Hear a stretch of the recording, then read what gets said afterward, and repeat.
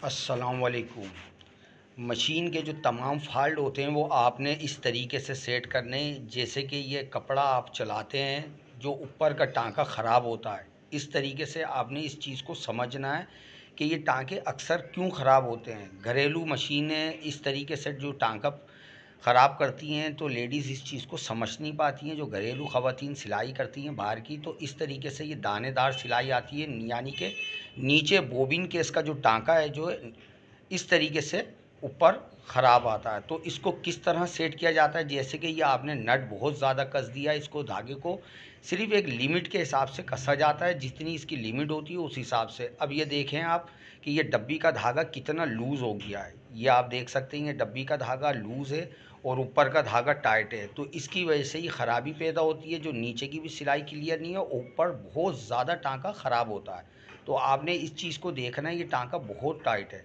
तो आपने किस तरह इसको सेट करना है, ये डब्बी की सेटिंग इस तरीके से आपने करना है। ये आप देखेंगे ऊपर का टाँका कैसे ख़राब होता है और नीचे का किस तरीके से। तो ये आपने समझना है कि ये टाँकों को किस तरीके से सेटिंग की जाती है।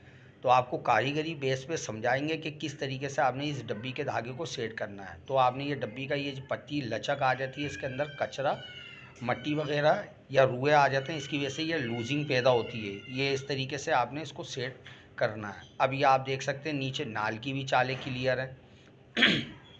सुई ज़्यादा नीचे है और ये 2 नंबर सुई है। तो ख़ास तौर पे पहले तो आपने ये समझना है सुई आपने अच्छी वाली लगानी है। अगर ये सुई अगर ख़राब लगाएंगे, इससे धागा तोड़ने का और टाप देने का फ़ाल्ट आएगा। तो पहला तो आपने ये तवज्जो डालनी है कि सुई ओरिजिनल लगाएं आप। अभी आप देख सकते हैं ये नाल को खोलें और इसको भी आप लाजमी सफ़ा करना है। ये मशीन का मेन हिस्सा होता है, इसको बोलते हैं शटल बॉक्स। तो ये लाजमी इसको आपने तवज्जो देनी है, हर दूसरे तीसरे दिन इसको लाजमी सफ़ा करना है। और सफ़ा करने का क्या तरीका है वो आपने इस वीडियो के अंदर तवज्जो से देखना है कि इसको साफ़ किस तरह करा जाता है और इसके जो स्पेयर पार्ट जो लगाए जाते हैं वो किस तरीके से सेटिंग से लगाते हैं। तो आपने इस तरीके से आपको निकालना है। अभी आप देखें इसके अंदर कचरा मट्टी रुआ जितना भी है वो आपने सफ़ा करना है। और दो बात ये याद रखनी है कि इसको साफ़ सुथरा करने से, इसके अंदर ऑयल लगाने से ये तो शटल की ख़राबी पैदा नहीं होती है। तो ये आपने लाजमी इसको सेट करना ज़रूरी है। ये मशीन का ख़ास हिस्सा होता है जिसकी वजह से धागा तोड़ना जो भी कोई प्रॉब्लम होता है इससे ज़्यादा होता है। अभी आप देखें खुरी इस जगह से स्क्रैच है, तो अगर आपके अंदर घर के अंदर फाइल हो सही है, नहीं तो आपने रेतमाल से इसको सेट करना है। ये किनारियों को सेट आपने लाजमी करना है। अब ये किनारों को आपने सेट करना है क्योंकि जब शटल धागा लेके चलता है तो इस जगह स्क्रेच के अंदर धागा कट जाता है। तो आप परेशान होते हैं, कारीगरों के पास जाते हैं, तो कारीगर आपसे इसी चीज़ के पैसे कमाते हैं। तो इस तरीके से आपने इस खुरी को सेट करना है।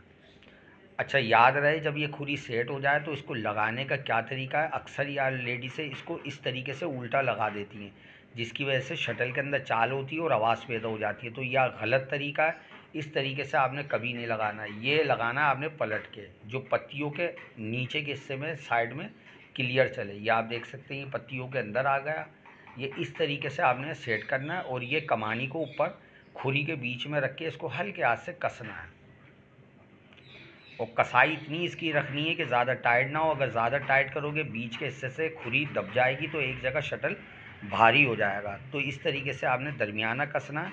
अभी आप देख सकते हैं ये शटल है और इसकी नोक पे लाजमी आपने तवज्जो डालनी है। ये स्क्रैच आ जाता है जिसकी वजह से धागा काटने का और नीचे सिलाई ख़राब होने का भी प्रॉब्लम होता है। तो आपने फाइल या रेतमाल की मदद से इसको नोक को सही करना है। ये आप देख सकते हैं कितना स्क्रैच है, इसके अंदर धागा कटने का और सिलाई ख़राब होने का भी फॉल्ट पैदा होता है। तो ये आपने लाजमी इसको चेक करना है। जब नाल बॉक्स वगैरह आप खोल के सफ़ा करें तो नोक पे आपने तवज्जो ज़्यादा करनी है क्योंकि इसकी स्क्रैच की वजह से मशीन में फॉल्ट पैदा होता है। तो आपने ये क्लियर कर लिया। अभी आप देख सकते हैं नाल बॉक्स क्लियर है। अब ये शटल रमा चल रहा है, ये इस तरीके से रमा चलना लाजमी है। अभी आपने इस तरीके से मशीन रख के, और याद रहे ये बारीक पेंच होते हैं पत्ती के बीच में, इस तरीके से ये पेंच को देख के आपने इसको भी कसाई करनी है। अब ये शटल बॉक्स क्लियर हो चुका है। अब आएंगे इस नाल के बाद आपको धागे की सेटिंग किस तरह की जाती है जिसकी वजह से सिलाई प्रॉब्लम आ रहा है। या आपने शटल बॉक्स क्लियर कर दिया। अब आपने बोबिन केस की सेटिंग करनी है, जो ये शटल बॉक्स के बाद आपको समझाएंगे कि किस तरीके से इस धागे को सेट करना है। अगर मेरे चैनल पे नए हैं तो बराए मेहरबानी मेरे चैनल को लाइक करें और सब्सक्राइब करें और जितना हो सके शेयर करें जो लोगों को इस चीज़ के मालूमात हो। अभी आप देख सकते हैं सुई बदलने का तरीका। यह है सुई, यह है 2 नंबर जो आप बाज़ारू ख़रीद लेते हैं, ये 2 नंबर सुई होती है जिसकी वजह से प्रॉब्लम पैदा होती है। तो आपने ये ओरिजिनल सुई, ये वाइट कलर की होती है और इसकी बनावट ही अलग होती है। तो ये आपने कटा हुआ हिस्सा अंदर रख के इसको पेंच की टक्कर से लगा के हल्के हाथ से कसाई करनी है। अभी आपकी सुई भी ओरिजिनल डल गई, शटल क्लियर हो गया। अब यह है बोबिन केस। अब इस बोबिन केस का मेन मसला ये है कि जब ये लूजिंग करता है तो सिलाई को ख़राब पैदा करता है। तो इस तरीके से आपने ये पत्ती का स्क्रू निकालना है। अभी आप देख सकते हैं ये बुरादा, ये कचरा होता है, इसको सफ़ा करना है जिसकी वजह से पत्ती उड़ जाती है। और ये पत्ती उड़ने की वजह से धागा लूज़ होता है और इसको हल्का सा खम लाजमी मारें। ये चलती है बाबिन, जब आप खींचते हैं तो ये खुल जाती है, तो जिसकी वजह से हाँ, ये इस तरीके से आपने खम मार के इसको इस हिस्से के अंदर बिठालना है, ऊपर नहीं रखना है, नहीं तो धागा फंसेगा इसमें। इसको हल्का सा नीचे कोने को दबा के इसको आपने सेंटर करना है और हल्के हाथ से स्क्रू कसना है। पहले आपने हल्के हाथ से स्क्रू कस के धागा चेक करना है। जब लिमिट धागे की टाइट हो जाए तो इसको रोक देना है।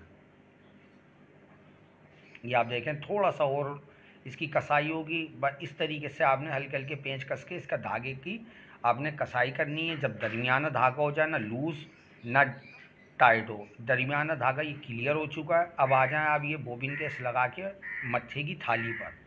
अभी आप देखें ये ऊपर आपने धागा बहुत टाइट कर दिया। नीचे का धागा कभी भी ऊपर आए तो धागा ऊपर का टाइट नहीं करते, नीचे के धागे को टाइट किया जाता है। तो इस तरीके से आपने दरमियाना करना है। जितना आपने बोबिन केस का धागा रखा उससे बस थोड़ा सा आपने ज़्यादा टाइट रखना है। बस दरमियाने धागे रख के आपने ये सेटिंग करनी है। अगर नीचे का धागा लूज़ होगा तो ऊपर की सिलाई ख़राब होगी, अगर नीचे का टाइट है ऊपर का अगर लूज़ है तो नीचे का टांका ख़राब होगा। तो ये दोनों टांकों की आपने सेटिंग करनी है। इस तरीके से आपने सेटिंग करके धागे को क्लियर करना है। अभी आप देख सकते हैं आपका फाल्ट निकल चुका है। अभी आप घरेलू जितनी भी ख़वातीन हैं इस तरीके से सेटिंग करें, कहीं जाने की ज़रूरत नहीं है। अभी आप देख सकते हैं सिलाई करेंगे इंशाल्लाह ऊपर और नीचे का टांका बिल्कुल क्लियर हो गया है। बस सिर्फ आपने ये टांकों पर तवज्जो डालनी है। इस तरीके से आप सेटिंग घर में करेंगे तो आपको कोई चीज़ की परेशानी नहीं है। और इंशाल्लाह नेक्स्ट वीडियो में जो भी फॉल्ट होते हैं वो आपको समझाएंगे। धागा तोड़ना, सिलाई का ना फेंकना, टांका ना उठाना, वो तमाम फॉल्ट को आपने समझना है। कहीं जाने की ज़रूरत नहीं है। इंशाल्लाह आप घर पे ही सिर्फ आपने चैनल को पूरा मुकम्मल देखना है और उस तरीके से जिस तरह आपको सेटिंग समझाते हैं उस तरीके से आपने ये सेटिंग करके धागे को या क्लियर करना है। जो भी सफाई सुथराई है वो आपने लाजमी रखनी है। इस तरीके से आप देख सकते हैं कि टांका बिल्कुल क्लियर हो चुका है।